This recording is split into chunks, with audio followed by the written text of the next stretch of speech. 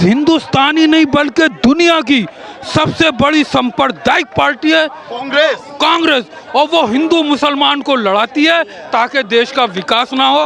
उन्होंने मोदी का नुकसान नहीं किया, उन्होंने देश का नुकसान किया। अगर मोदी प्रधानमंत्री बहुमत लेके आते तो देश का विकास चरम सीमा पर जाता।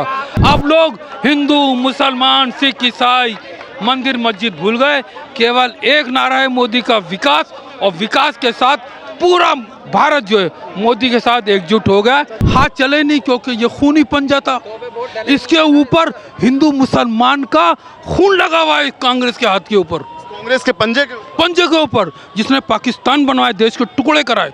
आज जो कश्मीर की जो समस्या है ये जवाहरलाल नेहरू ने क्रिएट करी है।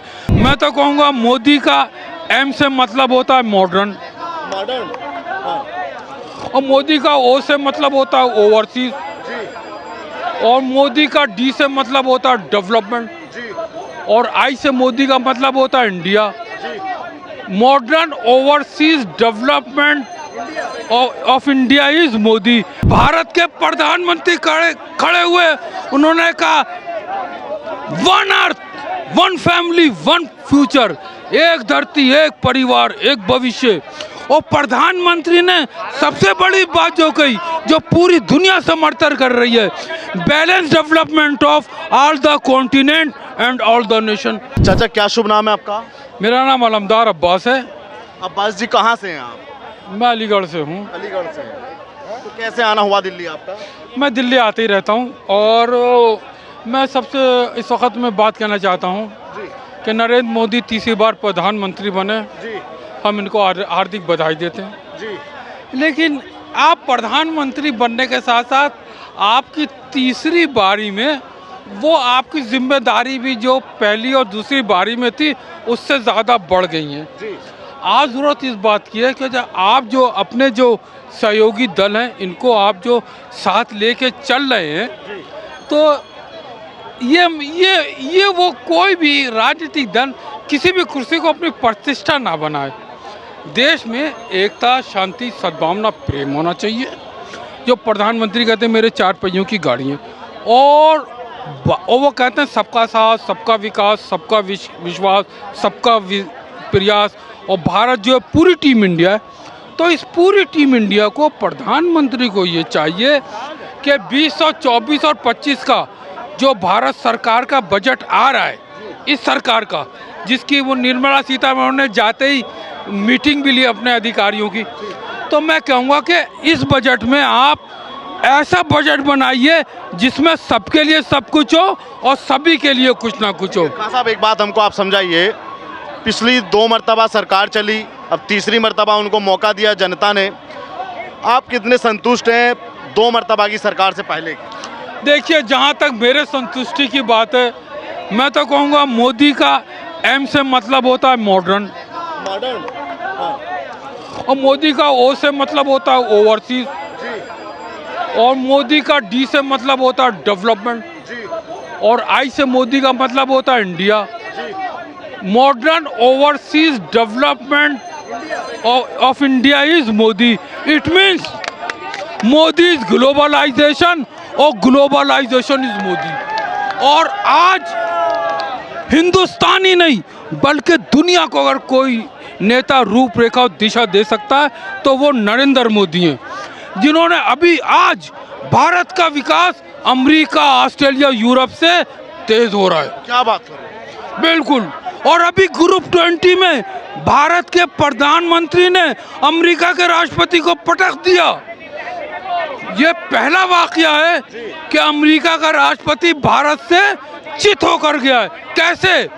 अमेरिका के राष्ट्रपति ने कहा ग्रुप 20 में खड़े होके माइक पे आन के मुट्ठी बांध के, स्ट्रॉन्ग टुगेदर रिकवर टुगेदर। और भारत के प्रधानमंत्री खड़े हुए, उन्होंने कहा one earth one family one future, एक धरती एक परिवार एक भविष्य। और प्रधानमंत्री ने सबसे बड़ी बात जो कही, जो पूरी दुनिया समर्थन कर रही है, balance development of all the continent and all the nation. ये किसने कही? ये नरेंद्र मोदी ने कही। तो इससे आप अंदाजा लगा कि आज जो है, आज भारत का पिछले 2014 और 15 से और अब 20 और 25 को देखिए, भारत का डायरेक्ट टैक्स 3 गुना से ज्यादा हुआ है। Goods and service tax GST double, दूगने से ज्यादा हुआ है। रिकॉर्ड कलेक्शन कितना, 2.10 और 1.66 लाख करोड़। विपक्ष कह रहा है कि अगर मोदी जी इतने बढ़िया थे तो 400 से क्यों रुक गए मोदी जी? देखिए, विपक्ष ने गलत प्रचार किया। विपक्ष ने कहा, उत्तर प्रदेश जहाँ का मैं हूँ, कि मोदी संविधान बदल रहे हैं, जबकि मोदी संविधान नहीं बदल सकते। संविधान बदलने का काम संविधान सभा का है। मोदी जो क्या कर रहे हैं, मोदी मंदिर बना रहे हैं, मंदिर बनाने का काम सुप्रीम कोर्ट का है। तो इन्होंने झूठे प्रचार करके, विपक्ष तो खुश है ना कि भाई हमने उसको बहुमत से रोक दिया, उसको हमने 400 पार से रोक दिया। देखिए, वो उन्होंने मोदी का नुकसान नहीं किया, उन्होंने देश का नुकसान किया। अगर मोदी प्रधानमंत्री बहुमत लेके आते तो देश का विकास चरम सीमा पर जाता। आज प्रधानमंत्री गति शक्ति नेशनल मास्टर प्लान है, जिनमें इंफ्रास्ट्रक्चर है, railway, port, housing, highway, plane, aeroplane, sea plane, artificial intelligence. इसमें मोदी जी ने कहा है पूरी दुनिया में पहली बार ई कॉमर्स, ई गवर्नेंस और डिजिटलाइजेशन को कलेक्टिवली जो है भारत सरकार लागू करेगी। और हम प्रधानमंत्री से कहेंगे कि प्रधानमंत्री आज कहते हैं कि प्रधानमंत्री किसानों की बात नहीं करते। प्रधानमंत्री ने जब प्रधानमंत्री का पद संभाला तो किसान सम्मान निधि, हाँ पैसा भेज दिया। और किस लिए भेजा, इसलिए भेजा कि देश आचार संहिता लगी थी, इलेक्शन डिक्लेयर होने से। देखिए, आपको भी मौका, देखिए, आपको भी देखिए, मोदी वो है जो सोचता है वो कहता है, और जो कहता है वो करके दिखाता है। हिंदुस्तान में कोई माई का लाल इतना बड़ा लीडर नहीं है जो सोचता हो वो कहे, और वो कहे वही करके दिखाए। ये मोदी ने करके दिखाया। और पूछे क्यों गए? कहाँ गए? कहाँ गए? कहाँ पता है? मोदी मीडिया कहाँ गए? कहाँ गए? ये पता है, गए 11 हो गए, ये 9-2-11 हो गए। और इनको धुप्पल, और मोदी के खिलाफ इनको धुप्पलबाजी में सीटें मिल गई हैं। असल बात यह है, देश की जनता जो है, मोदी की जो 4 पहियों की गाड़ी है, एकता, शांति, सद्भावना, प्रेम, सद्भावना, एकता, शांति, सद्भावना, प्रेम, ये 4 पहियों की गाड़ी मोदी जी की है शुरू से। अरे जनाब, जब मोदी गुजरात के मुख्यमंत्री थे और मनमोहन सिंह भारत के प्रधानमंत्री थे, तो विज्ञान भवन जब मीटिंग हुई मुख्यमंत्रियों का सम्मेलन, तो जब मनमोहन सिंह बोल रहे थे तो ऐसा लग रहा था कि chief minister of all the state बोल रहा हूँ, यानी मुख्यमंत्री सारे प्रदेशों का बोल रहा हूँ। लेकिन जब मोदी बोले तो ऐसा लगा जैसे भारत का प्रधानमंत्री बोल रहा हूँ, जबकि वो थे गुजरात के चीफ मिनिस्टर। और यही नहीं, मोदी प्रधानमंत्री होके पंजाब का कर्जा उन्होंने किससे पूछ के माफ किया? नरेंद्र मोदी से पूछ के माफ किया। आज चांद पर अमेरिका के बराबर किस देश का झंडा लहरा रहा है? वो झंडा भारत का है। आप देखिए, इस समय देश के अंदर की जो समस्याएं हैं, महंगाई है, बेरोजगारी है, भ्रष्टाचार है, गरीबी है। इसका कारण ये है कि हमारे देश के अंदर प्राइमरी डिफिसिट है, फिस्कल डिफिसिट और रेवेन्यू डिफिसिट है। और हमारा रेवेन्यू जो है वो एक्सपेंडिचर से ज़्यादा है। नरेंद्र मोदी जी कह रहे हैं कि हम जॉब क्रिएशन कर रहे हैं, और हर सेक्टर में, पूरे एग्रीकल्चर सेक्टर में, इंडस्ट्री सेक्टर में और सर्विस सेक्टर में। और नरेंद्र मोदी जी का युवाओं के ऊपर पूरा ध्यान है। और 2024 और 25 का जुलाई का बजट ऐसा आएगा जिसमें मैं लमदाराबाद के कहना चाहता हूं कि 2024 और 25 का नरेंद्र मोदी सरकार का जुलाई का बजट ऐसा आ रहा है जिसमें हर क्षेत्र और हर वर्ग का विकास होगा। सबके लिए सब कुछ और सभी के लिए कुछ ना कुछ। अब लोग हिंदू, मुसलमान, सिख, ईसाई, मंदिर मस्जिद भूल गए। केवल एक नारा है मोदी का, विकास और विकास के साथ पूरा भारत जो है मोदी के साथ एकजुट हो गया। आप मुस्लिम होकर मोदी जी का आप इतना तारीफ कर रहे हैं, कुछ लोग कहते हैं कि मुस्लिम तो हमेशा खिलाफ रहता है भाजपा के, चाहे वो प्रधानमंत्री मोदी हो, चाहे वो उत्तर प्रदेश के सीएम योगी आदित्यनाथ हो। नहीं नहीं, ऐसा कहना ऐसा कहा जाता है बहुत ज़्यादा। ये गलत, ये लोग जो हैं मीडिया के ये गलत प्रचार कराते हैं कि मोदी मुसलमानों के खिलाफ है। आज अगर नरेंद्र मोदी ने, मैं रामलला को देखने गया था अयोध्या से इस तरफ जंगलों में जाके, वहाँ पुलिस थी, संते वहाँ अगर उन्होंने निर्माण किया है तो दिल्ली से लेके अजमेर शरीफ तक चारों तरफ जो रोड जो है ट्यूबलाइट है, शानदार लगाई है। और इसके अलावा नरेंद्र मोदी ने जो दरगाह, अजमेर शरीफ की दरगाह का, उन्होंने कहा इसमें मल्टीपल पार्किंग होना चाहिए। बाकायदा उन्होंने पेन से बताया, उन्होंने कहा कि एकोमोडेशन जो है, होटल जो है कंसेशन रेट पे मिलना चाहिए। नरेंद्र मोदी ने कहा बच्चों के लिए एक पार्क भी होना चाहिए। तो ये कहना कि नरेंद्र मोदी मुसलमानों के खिलाफ में गलत। मोदी हर एक के साथ है, कोई मोदी सबका साथ, सबका विकास, सबका विश्वास, सबका प्रयास के साथ साथ सबके लिए सब कुछ, सभी के लिए कुछ ना कुछ करना। हाँ साहब, ये बताइए, आपने मोदी के नाम का फुल फॉर्म हमको बता दिया, अब योगी के नाम का फुल फॉर्म आप हमको बताइए क्या है। देखिए, योगी का नाम है यूथ ऑर्गेनाइजेशन इंडिया। तो योगी भी कोई, योगी को भी आप हल्के में ना लें, उसकी भी 80 सीटें हैं। 80 सीटें बहुत होती हैं, भले ही वो हार गया हो। देखिए एक बात है, हार और जीत से आप किसी नेता को आंक नहीं सकते। यहाँ राजनीति में वोट ज़्यादा होते हैं, सीटें कम होती हैं, सीटें ज़्यादा होती हैं, वोट कम होते हैं। 40 लोगों ने जो मेंबर पार्लियामेंट का इलेक्शन लड़ा, उनको जीते हुए मेंबर पार्लियामेंट से वोट ज़्यादा मिले, लेकिन फिर भी वो संसद से बाहर है। एक व्यक्ति 4 लाख से जीत रहा है, 2.5 लाख से जीत रहा है, 4 लाख जीत रहा है। एक व्यक्ति कुछ लोग 100 हज़ार वोट से जीत रहे हैं। तो ये वोटों से आप ना करें, आप सीटें देखें। सच्चाई है, नरेंद्र मोदी की सीटें कम हुई हैं, लेकिन वोट प्रतिशत उनका बड़ा है। विपक्ष अभी कह रहा है कि ये जो मोदी सरकार तीसरी बार बनी है, ये सरकार अपना कार्यकाल पूरा नहीं कर पाएगी। आपको क्या लगता है? ये निराधार और झूठा आरोप है। हर मेंबर पार्लियामेंट चाहता है, जो member of parliament land and area development scheme है 25 करोड़ की, वो हर मेंबर पार्लियामेंट लेना चाहता है। नीतीश कुमार और चंद्रबाबू नायडू को जो मेंबर पार्लियामेंट मिनिस्टर बन रहे हैं, वो कह रहे हैं कि सरकार को चलाओ। क्यों? क्योंकि हमारा टीए डीए और पेंशन हो जाए। और 15 से 20 मेंबर पार्लियामेंट ने राहुल गांधी से कहा कि आप इस सरकार को मत गिराइए, अगर ये सरकार गिरती है और आप बहुमत सिद्ध नहीं कर पाए तो दोबारा चुनाव होंगे, जो नहीं चाहता। अब कोई मेंबर पार्लियामेंट जो नहीं चाहता। विपक्ष के मन में ये भी भय था कि चुनाव दोबारा ना हो जाए। बिल्कुल, और हम हार ना जाएं। अच्छा, इस वक्त डगमगा रहा है विपक्ष पूरी तरीके से, अगर दोबारा चुनाव है तो हम हार सकते हैं। इसलिए ये मोदी की सरकार स्टेबल सरकार है।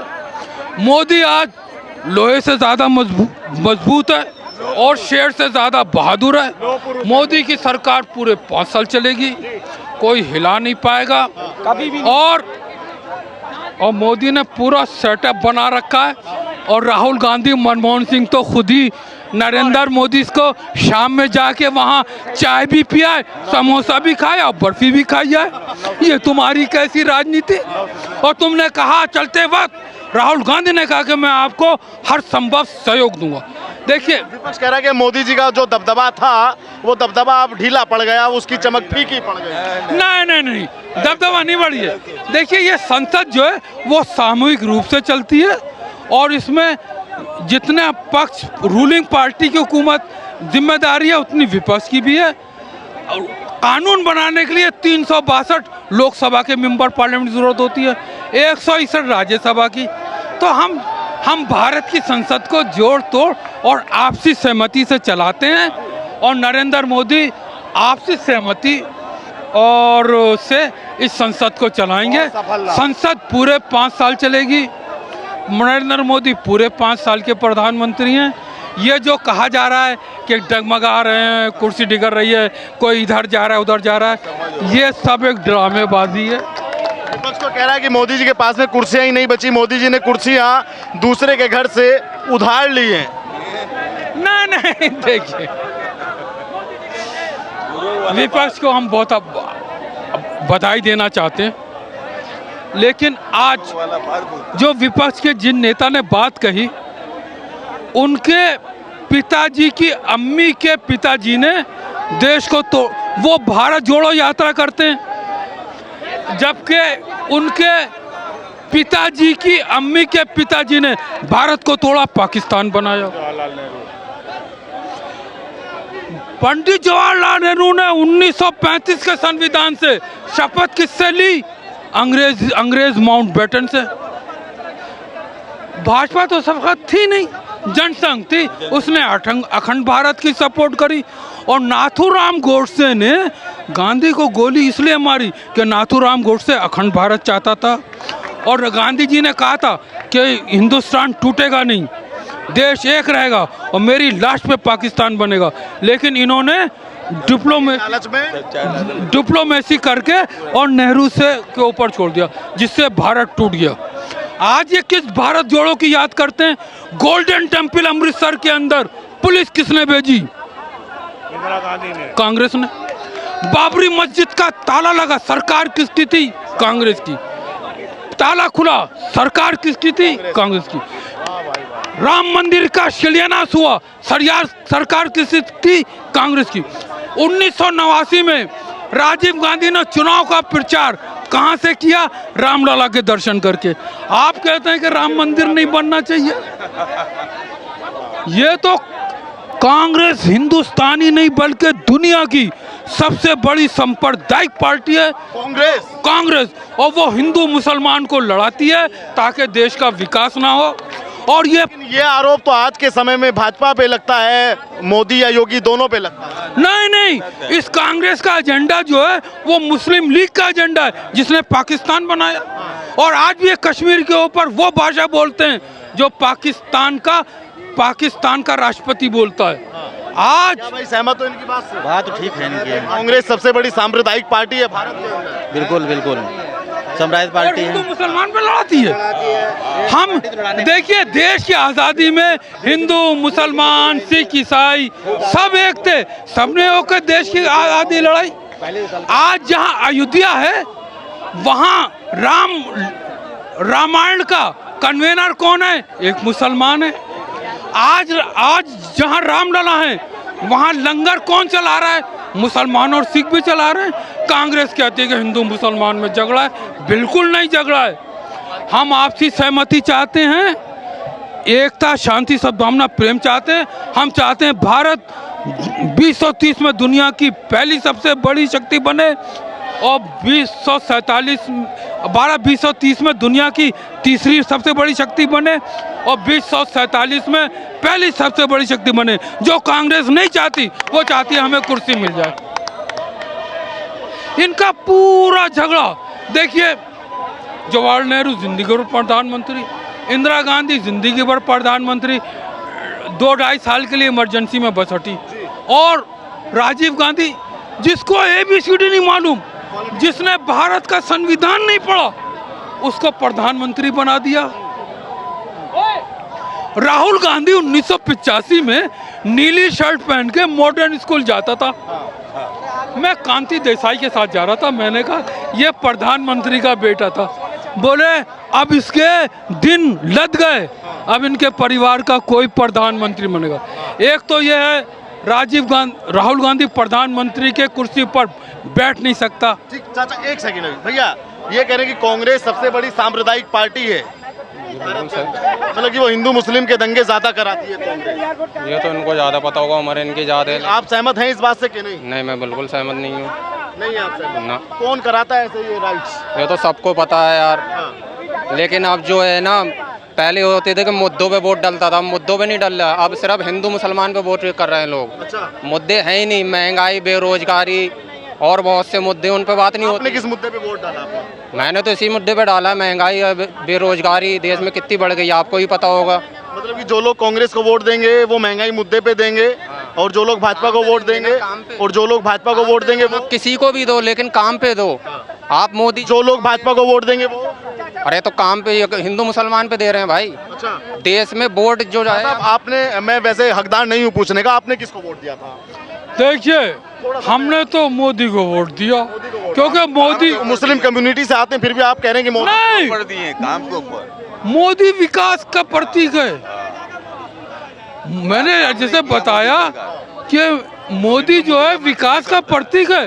वो हिंदू मुसलमान सिख ईसाई देखते ही नहीं है, वो हमको दे रहा है। वो तो इंसानों की दुनिया में एक इंसान है। वो तो हिंदू मुसलमान देश में क्या, बल्कि अफ्रीका की रंगभेद की समस्या थी। क्या क्या ये मुद्दा एक बार बताओ। बोला नहीं बोला, कितना बोला अभी। खुद प्रधानमंत्री मोदी जी ने बोला था कि मैं कभी भी हिंदू मुसलमान नहीं करता हूँ भाइयों और बहनों, और फिर कह रहे हैं वो 4 बीवी वालों को दे देंगे, 40 बच्चों वालों को दे देंगे, वो ये कर देंगे, कांग्रेस 2 भैंसों में से 1 ले जाएगी। वो तो ये शुक्र करो कि 2 भैंसों में से 2 नहीं बोला, ना 200 सीटें और ले जाता राहुल गांधी। देखिए, एक बात है, सीट युवा है, नहीं, देखिए सीटों का ज़्यादा आना कम आना इस बात का प्रतीक नहीं है कि ये बड़ा नेता है या छोटा है।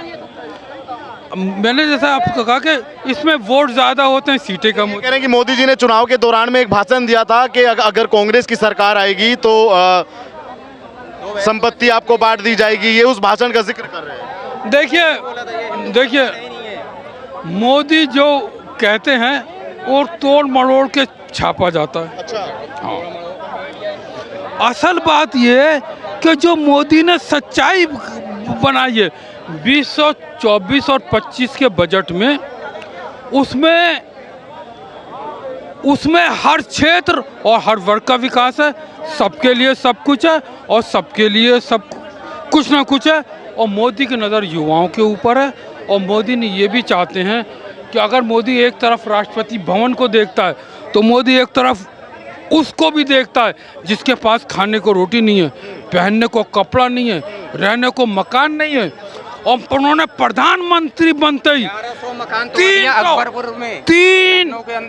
3 करोड़ जो है नए आवास, नए मकान बनाने का सैंक्शन कर दिया। राहुल गांधी तो कहते हैं कि लगातार गरीबों की बात तो सिर्फ कांग्रेस पार्टी करती है, मोदी जी तो करता ही नहीं है, और ना भाजपा करती है। राहुल गांधी को पहले तो नंबर 1 भारत का संविधान पढ़ना चाहिए। अच्छा, ये सलाह है आपकी तरफ से? हाँ, मैं राहुल गांधी से भाई से कहता हूँ कि मेरे अपने छोटे भाई की हैसियत से, बेटे की हैसियत से, बड़े भाई से भी समझ लें, राहुल भाई पहले तो हम भारत का संविधान पढ़ो, number 1। Number 2, code of conduct और पार्लियामेंट्री प्रोसीजर है, उसको पढ़ लो। मोदी जी ने पढ़ लिया। और आज department related parliamentary standing committee का एक्सटर्नल अफेयर्स का चेयरमैन कौन है? शशि थरूर। भाई साहब, आप जो ग्रुप 20 G20 की आलोचना कर रहे हैं, आपने वही रिपोर्ट लागू करे जो शशि थरूर करे। देखिए, एक बात है, ये कह रहे हैं क्या मोदी जी ने संविधान पढ़ा है? मोदी ने संविधान पढ़ा भी है, पढ़ाया भी है, नहीं भी पढ़ा, और सबको सिखाया भी है। अच्छा, हाँ, और राहुल गांधी ने तो पूरे चुनाव में यही बोला कि संविधान बदल देगी भाजपा, और उसी के आधार पर मुझे लगता है कि वोट परसेंट भी हुआ उनके लिए। देखिए, यही झूठा प्रचार करके तो ये उत्तर प्रदेश में सीटें लेके आए। दिल्ली में इनकी चली नहीं। दिल्ली के लोग जानते थे कि संविधान जो है, संविधान सभा बदल सकती है, और कानून बदलने का अधिकार केवल पार्लियामेंट को है। इन्होंने बड़ी झाड़ू चली, झाड़ू मालूम दिया कि खुश हो गई। उनका हाथ चलेगा, हाथ चले नहीं, क्योंकि ये खूनी पंजा था। इसके ऊपर हिंदू मुसलमान का खून लगा हुआ है, कांग्रेस के हाथ के ऊपर, कांग्रेस के पंजे के ऊपर, जिसने पाकिस्तान बनवाए, देश के टुकड़े कराए। आज जो कश्मीर की जो समस्या है, ये जवाहरलाल नेहरू ने क्रिएट करी है। वो शेख अब्दुल्ला को यूनाइटेड नेशन लेके गए और बोले कि असल बात ये कि देखिए, जवाहरलाल नेहरू की हरी सिंह से तो बनती नहीं थी, तो वो मुस्लिम लीग जो है, मुस्लिम कॉन्फ्रेंस बनाई थी, कितने शेख अब्दुल्ला की, उसको स्पॉन्सर जवाहरलाल नेहरू करते थे और लड़ने के लिए हरी सिंह से वो शेख अब्दुल्ला को आगे करते थे। ये गणित उनका उल्टा हो गया। जवाहरलाल नेहरू जब प्रधानमंत्री की शपथ ली तो बोले कश्मीर के अंदर दूसरा प्रधानमंत्री हो सकता है, दूसरा सदर रियासत यानी प्रेसिडेंट हो सकता है, जबकि नहीं हो सकता। साहब आप इतनी सारी आप हमें हिस्ट्री की बातें बता रहे हैं, लेकिन मैंने चुनाव में सुना और चुनाव में मैंने देखा भी, मैं चुनाव में था, चुनाव में प्रियंका गांधी ने भी, राहुल गांधी ने भी लगातार कहा कि मेरी दादी ने इस देश के लिए बलिदान दिया, मेरे पिताजी ने इस देश के लिए बलिदान दिया। तो क्या वाकई ये बातें हैं? नहीं ना, बल्कि उन्होंने देश के लिए कुछ बलिदान देना, उन्होंने अपनी कुर्सी के लिए बलिदान दिया। और राहुल गांधी आज जो भारत जोड़ो यात्रा कर रहे हैं, अपना पसीना दिखा रहे हैं, ये प्रधानमंत्री की कुर्सी में कोई बलिदान नहीं दिया।